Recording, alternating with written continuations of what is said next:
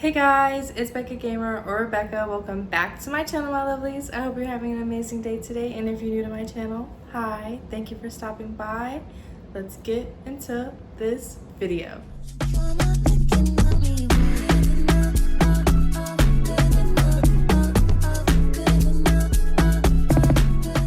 If you don't know, this is not my normal setup. I am actually in Atlanta, Georgia this weekend.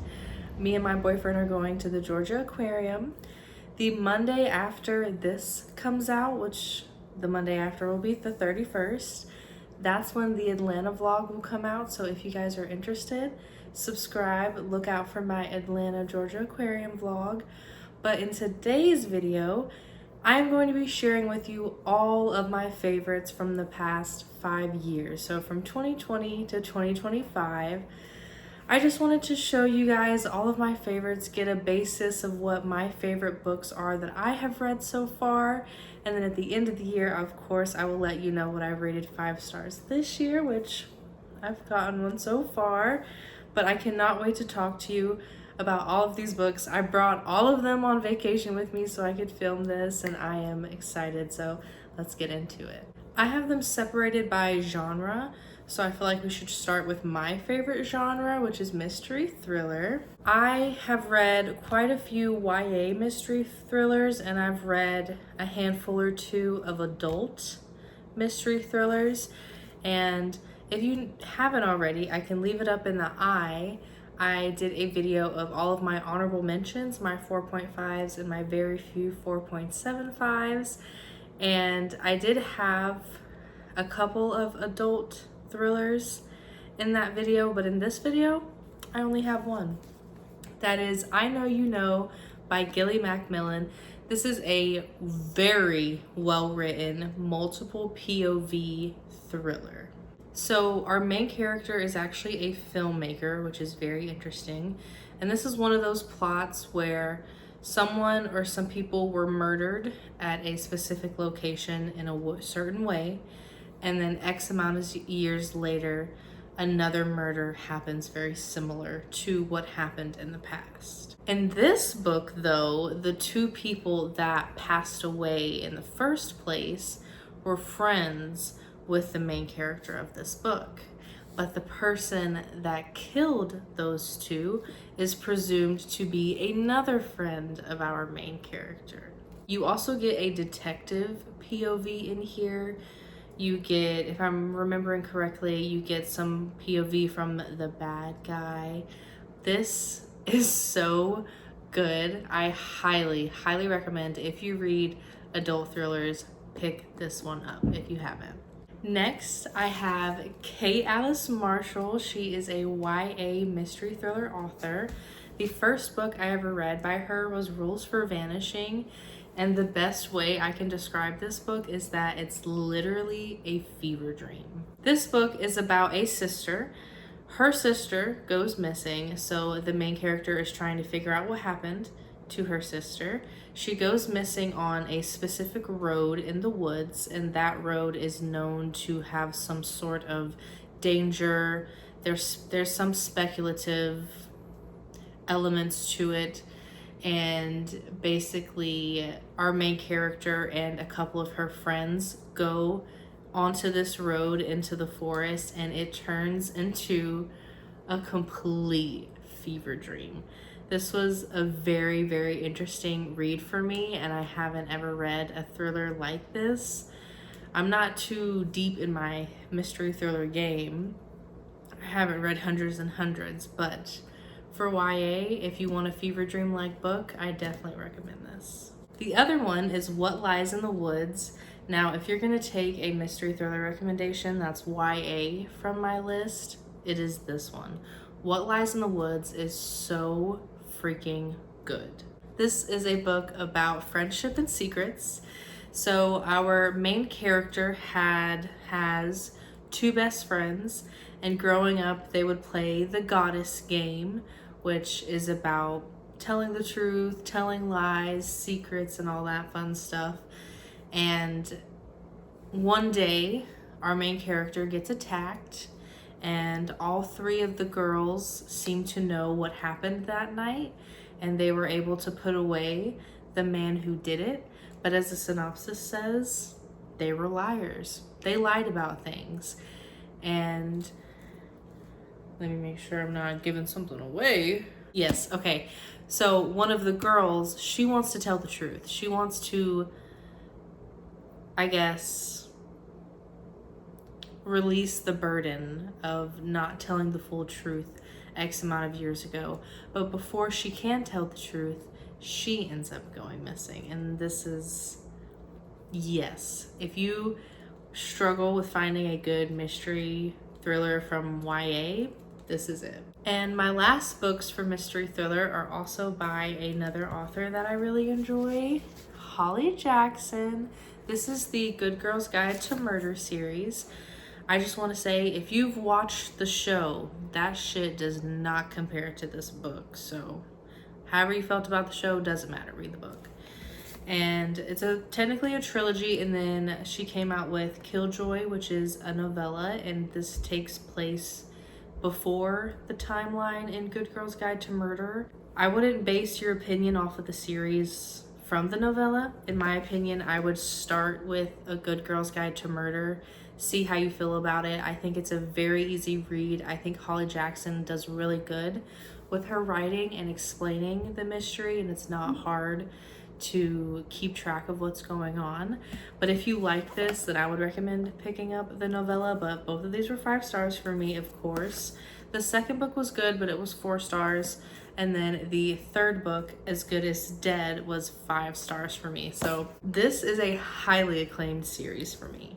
It starts off with a very simple premise, which is funny considering how much this story goes through.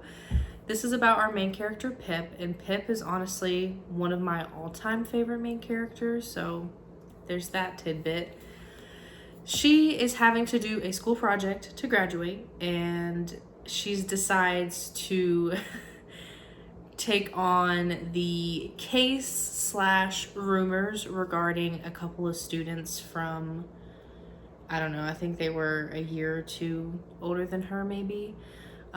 It's about a girl who is end up murdered, and then her boyfriend, X amount of time later, kills himself.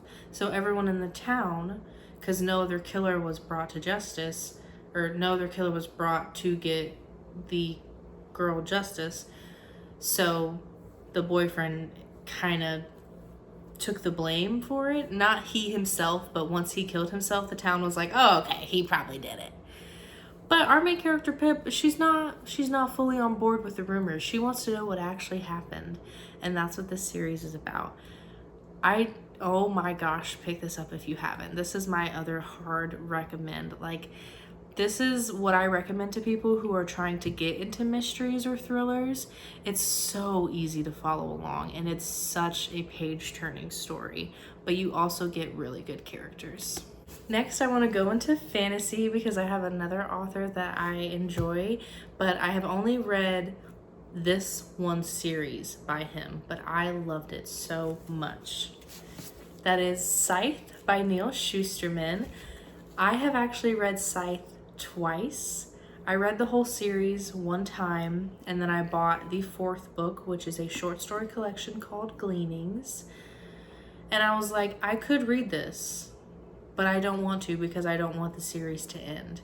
And then, I don't know, a couple months to a year later, I was like, okay, I'm finally gonna read the series. So then I reread Scythe with the full intention to reread the whole series to finally read Gleanings. I didn't. I read this again and I said, I freaking love it and I don't want it to end. So one day I will read that short story collection to finish off the series, but I loved these 2 main characters, and I think the concept of this book is so cool, this world. So basically, this is about Citra and Rowan, and they are training to become scythes. In this fantastical world, there's basically no problems. There's no hunger or starvation, there's no crimes, there's no murder. You can live as long as you want to live, and if you feel like you're looking a little too old, you can turn a corner and that will just reset your age. But obviously, that's going to be a lot of people if everybody's just resetting their age. So you have to have scythes to do population control and to figure out who to kill.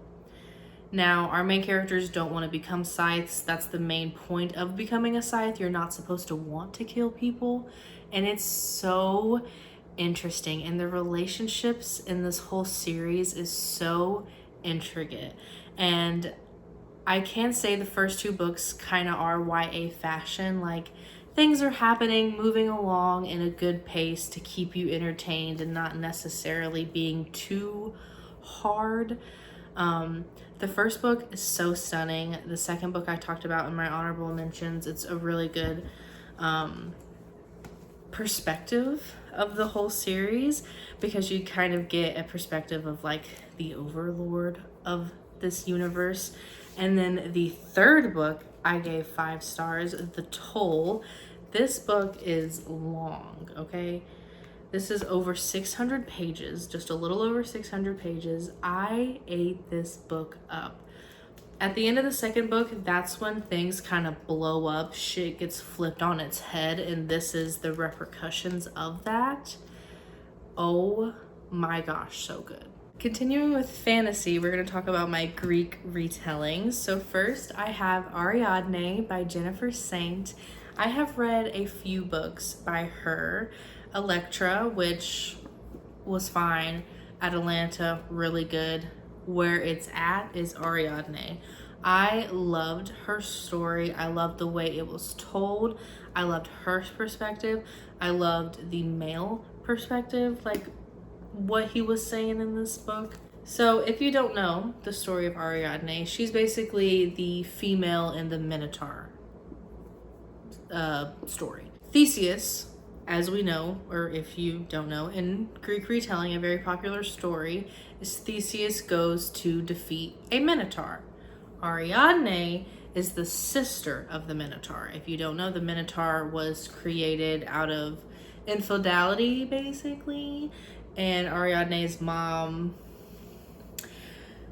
got it on with a bull. She was cursed by one of the gods, so that's why. But Ariadne helps Theseus defeat her brother, and they run off together, and that's what this is about. If you are interested in Greek history, Greek mythology at all, and you want to get into fiction, I recommend Jennifer Saint, and I totally recommend Ariadne. I still have to read Hera, and I'm waiting for This Immortal Heart to come out, but this is where I would start right now. Next up, I have Rick Riordan. So this was in my honorable mentions. I gave The Lightning Thief 4.75 stars. This is such a classic. My 5-star from this series, can you guess? Can you guess? Battle of the Labyrinth. I read the series with these editions, so I had to keep my 2 favorites of the old editions, and this cover is everything. I love this cover.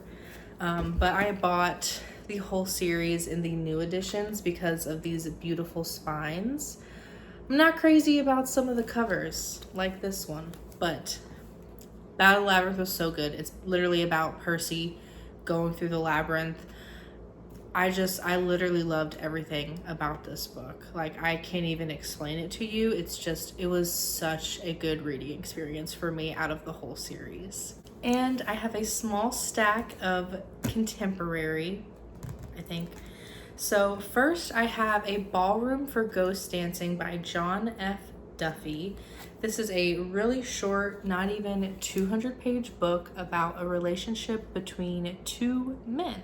So this is about our main character, Adam, and his brother dies. He quits playing music, and he drove away his longtime girlfriend, and his old bandmate and friend, Mark, takes him on a trip to South Dakota to try and remind him that life is worth living and to help him get out of his rut, his depression, if you will. And you could kind of assume how this book would go, but it doesn't go in the generic way.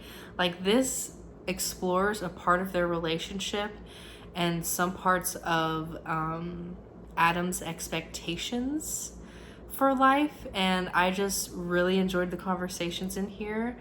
It's very simple. I would like to reread it one day to see if it holds up, but I just really remember being invested in this friendship. So I gave it 5 stars. The next one is a little speculative, but The Midnight Library by Matt Haig. I love this book. Yes, I am a part of the hype when everyone says this book is so good, because it is. When people ask me for a book recommendation and it's not anything specific, I recommend this. This is the book I recommend. I feel like everyone should pick up this book. Maybe if, you know, your life is pretty damn great, then I wouldn't. But if you've ever dealt with struggle or mental health and making life choices and feeling like you could have made so many different choices, or that you want to make so many different choices but you don't have it in you, anything along those lines, even if it's not exactly what I just said, if you are trying to go through life and make a bunch of decisions, read this book. This is about a female main character, and she's struggling mentally in life, but she gets the opportunity to be transported to this midnight library, and every single book in this library is a decision or choice or way of life she could have taken, and she can read about it. So it could be something as simple as she didn't walk her dog that morning, or she decided to do whale research in Alaska, and she just gets to venture through that. And it kind of sounds like a boring premise, but she's basically placed into each of these books, and it all connects in the end, girl. It all connects in the end, and it was so good. I am for sure rereading this one day. The next books I feel like are underhyped, but maybe that's my opinion. First is A Light Too Bright by Samuel Miller. This book, first of all, is stunning, even though it's a library cover. Samuel Miller, I wouldn't say he's that popular of an author, and I would say this book does not have as many readers as it should. This was the first book I read getting back into reading in 2020, so maybe that affected my 5-star rating, but I loved this book. I try to forget about it so I can reread it, because there is a mystery element to it, but I can't ever forget what happened in this book. This is about a guy named Arthur. His grandpa passed away, but no one knows what happened to him in the last week that he passed away. He was diagnosed with Alzheimer's, and then somehow he made his way cities and cities and cities over into a hospital, and that's where he passed away instead of passing away at home. And his grandson, which is Arthur III, he wants to figure out what happened to his grandpa, and so he goes on a train and he goes to all of these stops where he believes his grandfather was, and this book is navigating through that with him. And let me just tell you, the way this book wraps up, the way this book gives you the truth, I won't forget it. I hope I do, so when I reread it, I'm caught off guard again. But like, oh, so good. I have one nonfiction, so that's fun. House Fires by Connor Franta. If you don't know, Connor Franta used to be a YouTuber. He's still very active on social media. This is his 3rd book that he has written. He is very good at photography, so there is a bunch of photos in this book. And as you can see, I tabbed up a lot. I love his books. His first book, A Work in Progress, I actually used I used a quote from there for my senior quote in high school. And then he wrote Notes to Self, and I've read that twice. And then House Fires was his last book, and definitely his best book. I wouldn't really know how to pitch this or sell this to anyone if you haven't watched Connor before, so I should definitely work on how to pitch this book. The back says, I'm thankful for it all, really, the pain and the pleasure, all the quiet joys and the loud despairs, the rosy peaks and the indigo valleys. I've been shaped by every second of every minute, constructed into a chronicle, refined by my own autonomy, born to never occur again, but watch me bleed until the sun sets. Beautiful. Beautiful, Connor. Write another book, please. I'm almost done. I'm sorry if you hear the dog barking. We're staying in an apartment. This last stack, feel free to just skip. Feel free to skip. This is dark romance. And if you saw the top of that just now, you're probably clicking off because my dark romance taste is very questionable. I care about writing, I really do. I care about the way things are, strung together. But when it comes to dark romance, I'm not as picky. Like, what I'm looking for in dark romance is I want to be able to understand the character as a person, to be able to be down for the crazy shit that goes on in dark romance. I don't need the writing to be perfect. I don't need, the 10 out of 10 best chemistry I've ever heard. It's just like, if it's written in a way to where I can really understand our main character and like why they're making the decisions that they're making, I will probably be interested in what's going on. But I'm interested in like very wackadoodle things, and I don't like explaining my dark romance, so let me just tell you my favorites and we can move on. Okay, this one, the first one, is not a common opinion. Den of Vipers by K.A. Knight. This is, again, 600 page book, a good bit over 600 pages. Big Bertha here. This is a reverse harem, so it's basically about a woman who deals with 4 men: Ryder, Garrett, Kenzo, and Diesel. Now, this book starts with a man being in debt to these 4 men. He is supposed to have paid these men back, and he has not. And what he does to save his own ass is sell his daughters. He sold his daughter to these 4 men, and she is, one of those kick-ass characters. She's not gonna just be like, oh my god. So these 4 men have to deal with her, and I sucked it up. All 600 pages, like, it was not perfect. This is not the best written book I've ever fucking read. It just did it for me. I'm sorry, but it did. This stack is getting a little, I'm gonna just move her over and start another stack. The next books are actually a series. This is a series by Ava Ashwood, the Filthy Wicked Psycho series. The first book is Twisted Game, and I have actually read this twice. Yes. The first time I read it, I loved it so bad that I immediately ordered the second book, and I was going on vacation the next day and I was not going to be there when the book arrived, but I didn't want to start another book. All I wanted was this, so I just reread it and I annotated through it. I didn't tab anything. I don't want to be too far in, just in case I show y'all something I'm not supposed to, but I literally just had fun with it and marked through it. I loved this so bad. This is about a girl who goes to college, and she is a waitress at a strip club, and she desperate for money. Her parents are dead. Her adoptive mother is a drug addict. She don't get much help from her, and so she's doing it all on her own.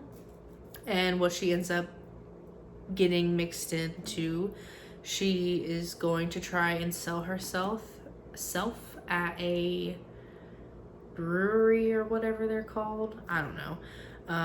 But before she can sell herself and make money, these men barge in and kill the man that was supposed to, get a service and pay her. 3 dangerous brothers. I don't remember their names, unfortunately.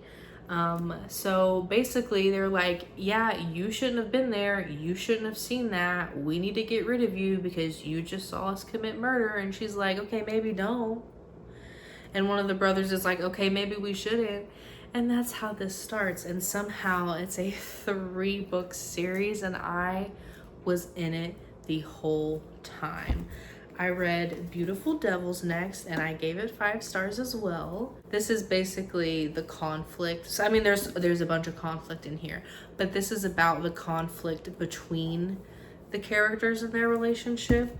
I think Corrupt Vat was next. And this is the one I gave 4 stars. And then Savage Hearts is the last book, and I gave it 5 stars. Long story short, 3 of these books were 5 stars. I ate this series up so good. Speaking of another series, I have Her Soul to Take by Harley LaRue. Her Soul to Take was actually a 4.75 for me, but I figured I can show you this to actually help you understand my 5-star, which is Her Soul for Revenge by Harley LaRue, of course. This book is about Leon and Ray, and it literally just starts with Raylan accidentally summoning a demon, which is Leon. Her Soul for Revenge is about Juniper and Zane. We meet these 2 characters in the first book, but this really focuses on their relationship. Juniper is a badass character, epitome of it. She was almost sacrificed to a cult, and she was able to run out of town and get away from it before that happened. And she ends up returning to town when all of this stuff with Leon and Raylan are going on. And she ends up meeting Zane, which is Leon's friend.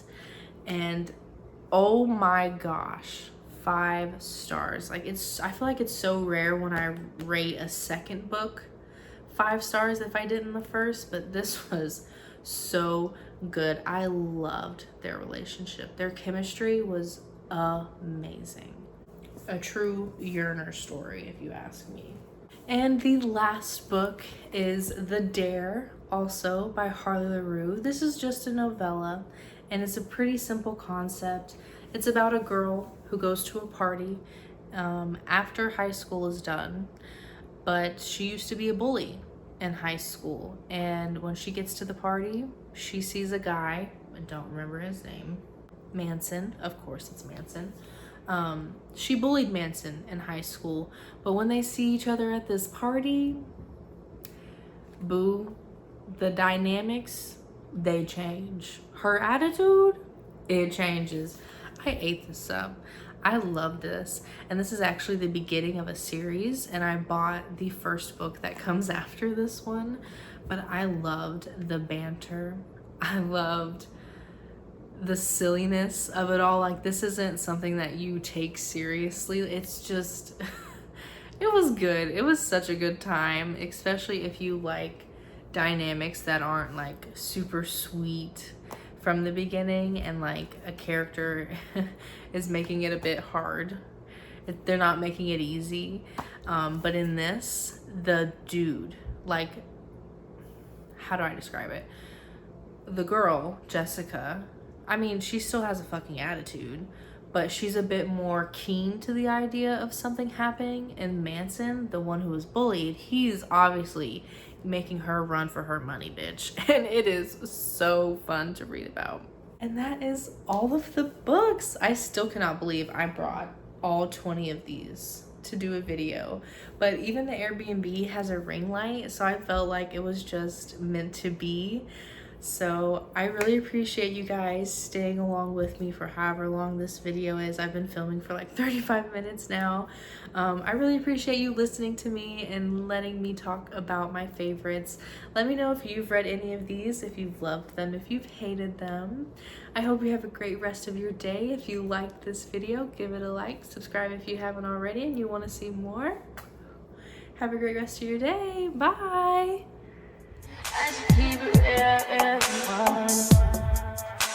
High volume. Am I really that much?